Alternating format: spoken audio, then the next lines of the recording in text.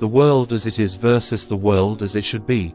A human conundrum. The world we inhabit today is a product of countless human decisions, shaped by both the brilliance and the flaws of our collective actions. Yet, there exists a vast gap between the world as it is and the world as it should be. This dissonance reflects a fundamental conundrum. We know what is right, what is just, and what is fair, but we consistently resist the changes needed to achieve those ideals. In our reluctance to confront difficult truths and our resistance to transformative change, we have built a world that, in many ways, we do not truly like or want. The idea that wrong often seems to have the upper hand, while righteousness is left unsupported, is not new. Throughout history, societies have struggled to reconcile the disparity between their highest ideals and the flawed reality they live in. Understanding why we continue to maintain this imbalance, and how we might bridge the gap between the world as it is and the world as it should be, requires a closer look at human nature, cultural inertia, and the role of truth in shaping progress. One of the main reasons the world remains far from what it should be is our collective reluctance to change. Change is inherently uncomfortable, often requiring us to question long-held beliefs, confront our own biases, and disrupt systems that offer us security, even if those systems are flawed or unjust. Psychologist Daniel Kahneman, in his book Thinking, Fast and Slow, explains that human beings are prone to cognitive ease, a mental state in which we prefer what is familiar, safe, and unchallenging. This desire for comfort leads to a resistance to change, even when the status quo is clearly imperfect or harmful. The cognitive strain of confronting new ideas, particularly those that threaten the systems we are accustomed to, makes it easier to maintain the world as it is rather than striving to create the world as it should be. Take, for instance, the issue of climate change. For decades, scientists have been warning of the catastrophic consequences of unchecked global warming. The science is clear, the data is overwhelming, and the solutions, though difficult, are well understood. Yet, the world has been slow to act, largely because confronting climate change requires a fundamental shift in how we live, work, and consume. Fossil fuel industries resist change because it threatens their profits. Governments resist because the solutions may be politically unpopular. And individuals resist because changing daily habits, such as reducing consumption, driving less, or switching to renewable energy, requires effort and sacrifice. As a result, the world continues on a dangerous path, even as we know what the righteous course of action should be. Another factor that maintains the divide between the world as it is and the world as it should be is humanity's resistance to truth. The truth can be inconvenient, challenging our worldview and requiring us to make uncomfortable choices. Yet, instead of embracing truth as a pathway to improvement, we often avoid it because of the disruption it brings. A powerful historical example of this is the abolition of slavery. By the late 18th and early 19th centuries, the moral wrongness of slavery was widely recognized. Enlightenment thinkers, religious leaders, and activists spoke out against the inhumanity of treating human beings as property. Yet, despite the clear moral truth, slavery persisted for decades. The economic benefits of slavery, particularly in the American South and the British colonies, made it difficult for societies to abandon the practice, even when they knew it was wrong. It took immense sacrifice, political struggle, and, in the case of the United States, a bloody civil war to finally end slavery. Even today, echoes of this resistance to truth can be seen in the struggle for racial justice. While overt slavery has been abolished, systemic racism remains a deep-rooted problem.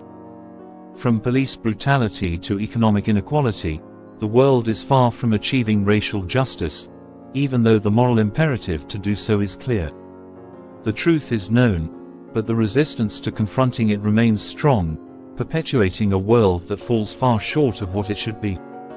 The persistence of injustice and wrong in the world can also be attributed to cultural inertia, the tendency of societies to maintain established practices and norms, even when they're outdated or harmful. Culture is a powerful force that shapes our values, beliefs, and behaviors, often without us even realizing it. When cultural norms are entrenched, change becomes incredibly difficult, even when it is urgently needed. A contemporary example of cultural inertia can be seen in gender inequality. In many parts of the world, despite significant advances in women's rights, gender-based discrimination and violence remain pervasive.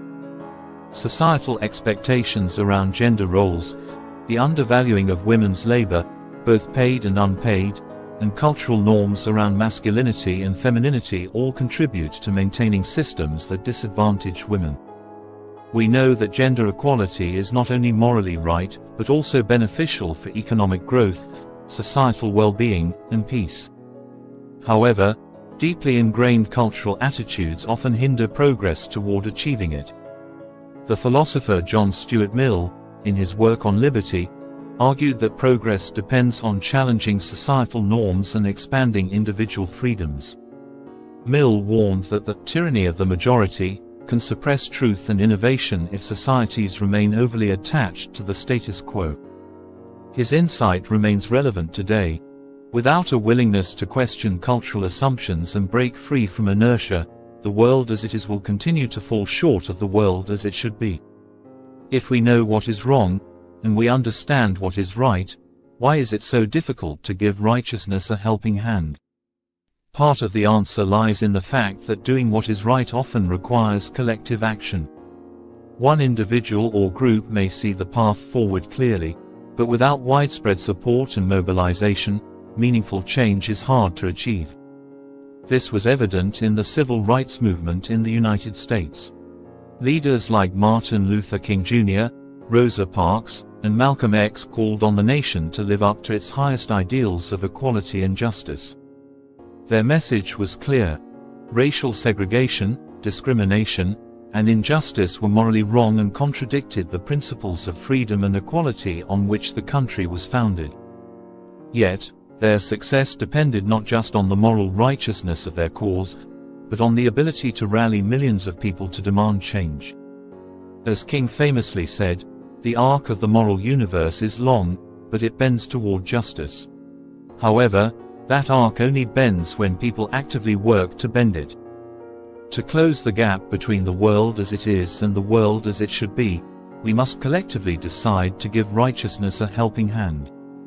This requires not only recognizing truth and embracing change, but also actively working to dismantle the systems of injustice, inequality, and ignorance that maintain the status quo. As individuals, communities, and nations, we must take responsibility for creating the world we want to live in, rather than passively accepting the world as it is.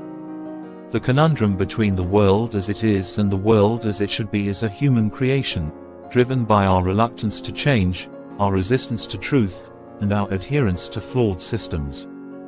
While we may recognize the moral imperatives for justice, equality, and compassion, we often fail to act on them because of fear, inertia, and convenience.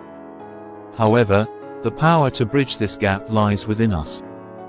By confronting uncomfortable truths, challenging entrenched cultural norms, and working together for collective action, we can move closer to a world that reflects our highest ideals.